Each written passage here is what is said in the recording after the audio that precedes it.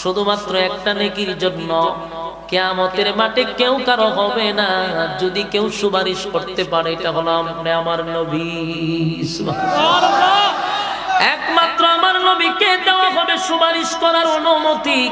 আমার নবী যদি বলে তুই দূর হয়ে যা, দূর হয়ে যা, সেদিন বাঁচানোর কেউ নাই রে, বাঁচানোর কেউ নাই।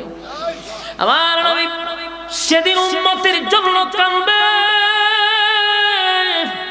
উম্মতরে জাহান্নাম থেকে বাঁচানোর জন্য দুনিয়াতে যেমন কাঁদছে পরকালেও আমার নবী কাঁদবে।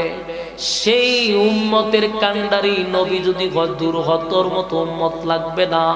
হায় হায়, আপনার অবস্থা কি হবে, আপনার অবস্থা কি হবে, ভয়াবহ পরিস্থিতি হবে।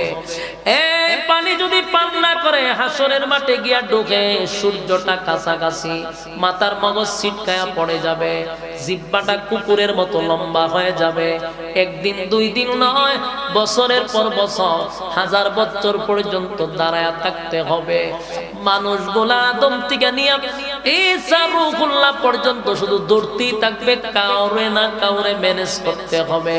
আদম নবীও ম্যানেজ করতে পারে নাই, নূহ পয়গম্বর কেউ পারে নাই, ইব্রাহিম খলিলুল্লাহরেও পারে নাই, মুসা কালিমুল্লাহরেও পারে নাই। সমস্ত নবীরা বলবে ইয়া রাব্বি নাফসি, আজকে আমার কি উপায় হবে গো? নবীদের কোনো গুনাহ নাই, কোনো গুনাহ নাই। আমরা আহলে সুন্নাত ওয়াল জামাতের আকীদা হলো